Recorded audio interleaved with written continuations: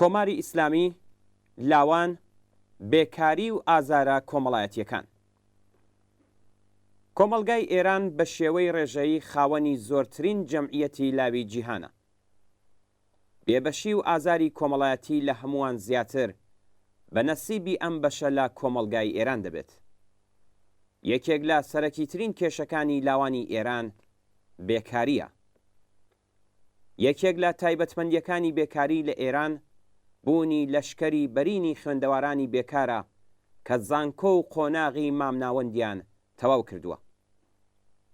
لاوانی نێوان تەمەنی 15 تا 30 ساڵ یەک لەسەر سێی جەمعیەتی ئێران واتە 25 تا 30 ملیۆن کەس پێک دێنن.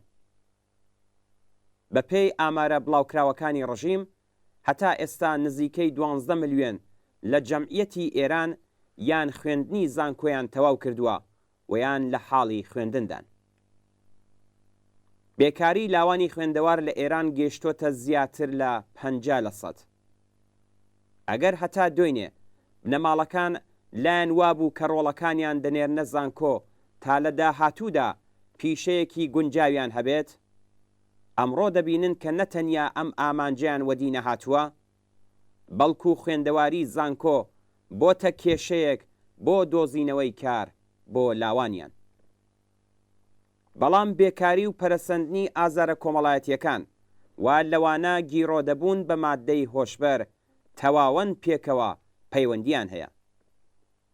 لاوێک کە بە هەزار ئاوات و ئارەزووەوە دوای تێپەڕکردنی دەیان کێشە و کۆسپ کە ڕژیم ویان هەژاری بێسنووری مادی خستوویەتە سەرڕێی، سەرنجام بڕوانامەی خوێندنی قۆناغی مامناوەند، هونەرستان یان زانکۆ وەردەگرێت و پاش وەرگرتنی بڕوانامە و دانانی 2 ساڵ لە وەختی خۆی بۆ دەورەی سەربازی ڕژیم دیسان هیوایەکی بە دۆزینەوەی پیشەیەکی گونجاو بە بڕوانامەی نییە و هەموو ئاواتەکانی خۆی بە فیرۆچوو دەبینێت. حاڵ و ڕۆژی لاوێک کە بە خاتری نەبوونی سەرچاوەی ماڵی سربەخۆ و بێکاری خۆی بە سەرباری بنەماڵە دەزانێت و تەنانەت توانای دابینکردنی خەرجی هاوسەرگیری و پێکهێنانی بنەماڵەی نییە، دەبێت چۆن بێت. لە ئێرانی ژێر دەسەڵاتی کۆماری ئیسلامیدا لاوان نە لە خۆشی و گڕوتینی لاوی بەهرەمەند دەبن و نە دەرفەتی برنەسەرەوەی ئاستی تواناکانیشیان بۆ هەڵدەکەوێت. لەوەها بارودۆخێکدایە کە دەبینن زیاتر لە 1 ملیۆن کەس لە گیرۆدەبوانی ماددەی هۆشبەر تەمەنیان لەژێر 19 ساڵدایە و تەمەنی مامناوەندی گیرۆدەبوون بەم ماددەیە لە ئێران گەیشتۆ تا 13 ساڵ. ئاستی دەروون پرێشی، دڵە ڕاوکێ و خەمۆکی لە ناو لاواندا بە شێوەیەکی بەرچاو زیادی کردووە. بەڵام وێنەی ژیانی لاوان بەبێت تاکید لەسەر واقعیەتێکی هیوا بەخش کامڵ نابێت. ڕژیم گەلێک پرۆژەی جۆراوجۆری بۆ زاڵبوون بەسەر جەستە و دەرونی لاوان بەکردەوە دەرهێنا. بەڵام هەموو ئەم پرۆژانە لە بەرامبەر حەڕەکەتی ڕوو لە گەشەی کۆمەلگادا بوونە بڵقی سەرئاو. لە ڕاستیدا هەموو سەرمایەگوزاریەکانی 43 ساڵی ڕابردووی ڕژیمی ئیسلامی لەم بوارەدا بەفیڕۆچووە.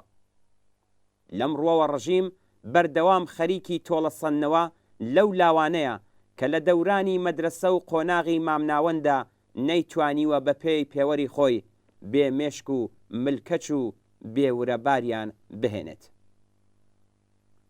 لاوانی ئێران ئەگەر بێکارن و ئەگەر لە سەرەتاییترین دەرفەتەکان بۆ بەهرەمەندبوون لە خزمەتگوزاری سروشتی قۆناغی لاوی بێبەرین، بەڵام لە بەرامبەردا تەسلیمی ئەم بارودۆخە نەبوون و ڕێگای خەباتیان دژ بەم ڕژیمە گرتۆتە بەر. ئەم واقعیەتە کاتێک ئاشکرا دەبێت کە لاوان تا دەرفەتێکیان بۆ هەڵدەکەوێت هێرش دەکەنە سەر هەموو بنەماکانی کۆماری دیکتاتۆری ئیسلامی.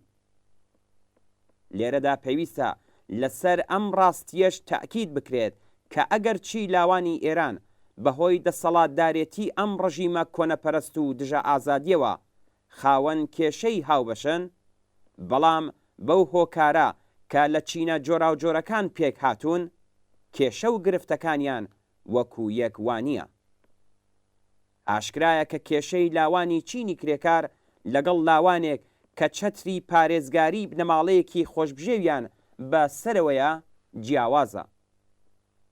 بەڵام پەرەسەندنی خەباتی چینی کرێکاری پێکهاتوو لە ژن و پیا و بەساڵاچوو پیر و لاو ڕزگاری ئەم چینە لە چنگ ڕەژیمی ئیسلامی و مناسباتی چەوسێنەرانەی زاڵ بێگومان دەبێتە هۆی ڕزگاری لاوانی ئێران لەو بارودۆخە نائینسانیەی کە ئەم ڕژیمە بەسەریانیدا سەپاندووە. لاوێک کە تواناکانی لەلایەن ڕژیمێکی کۆنەپەرستەوە بەبەند کێشراوە، لاوێک کە باشترین ساڵەکانی تەمەنی خۆی لە مەدرسە و زانکۆکاندا لە ژێر گوشاری فێرکاری دژە زانستی و کۆنەپەرستانەدا بەفیڕۆچووە، لاوێک کە تەنانەت ئازادی هەڵبژاردننی پوششی لێزەوت کراوە، ئەو کچە لاوانەی کە بۆ بەدەست هێنانی مافی تەمەشاکردنی یاری وەرشی دەبێ قوربانی بدەن، لاوێک کە بە خاتری چکۆلەترین ناڕەزایەتی دژ بە نەهامەتی و گرفتە سیاسی و کۆمەڵایەتیەکان بەبەند دەکێشرێت و ئەشکەنجە دەدرێت، لاوێک کە لە مافی سەرەتایی هاونشینی ئینسانی لەگەڵ ڕەگەزی بەرامبەری خۆی بێبەری دەکرێت، هەموو ئەم لاوانە لەگەڵ لاوانی چینی کرێکار و زەحمەتکێش ژانی هاوبەشیان هەیە و ڕزگاریان لەم بارودۆخە نائینسانیە لە ڕێگەی هاوپشتی لەگەڵ خەباتی چینی کرێکارەوە مسەوەگەر دەبێت.